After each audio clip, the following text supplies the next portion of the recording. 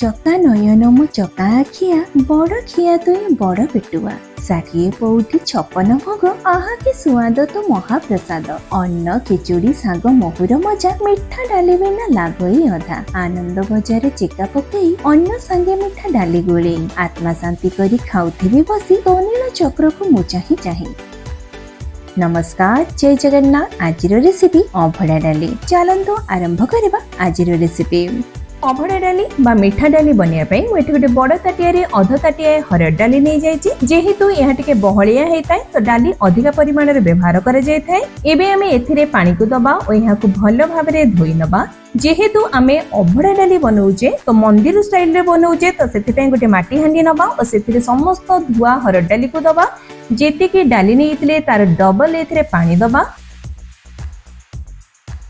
स्वाद अनुसार लुण पकेबा। एठी मु गोड़ा लुणर व्यवहार करूची काहेकि ना जेहेतु मु एठी ऑथेंटिक वे रे बनौची आ पूरी मंदिर रे गोड़ा लुणर ही व्यवहार हेताय तो सेति पई मु एठी गोड़ा लुण व्यवहार करूची। आपण चाहिले गुंड लुण मध्ये नै परिबे।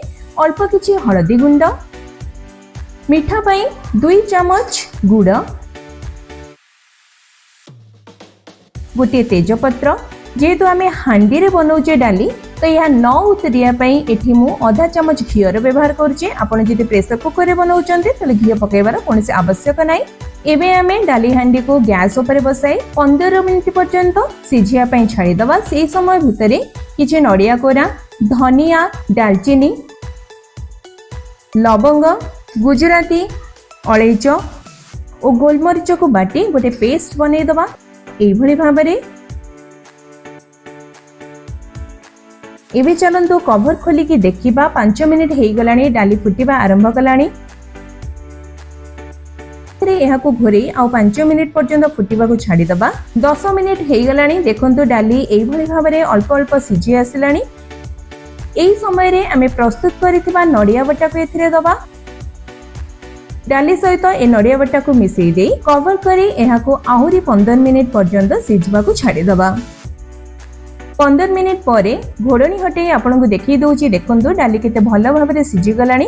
एहा को मु एतिकी ही पतला रखिबे जेहेतु हमें माटी हांडी एठी व्यवहार करूचे तो किछि समय रहिला परे डाली आपे बहलिया हे जिवो।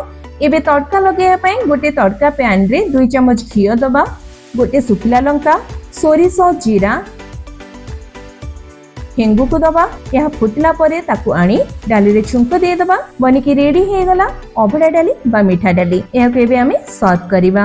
यह स्वाद रे बिल्कुल पूरी मंदिर रो अभड़ा डाली भली लागि थाए। ए डाली को निश्चित आपण घरे थरे ट्राई करिवे और यार स्वाद आपण केमिति लागिला मते कमेंट बॉक्स रे कमेंट करिवे। वीडियोटी जति पसंद आसीची त वीडियोटी को लाइक और शेयर कर देबे। देखा हबो आउरे नुवा वीडियो रे नुवा रेसिपी सहित।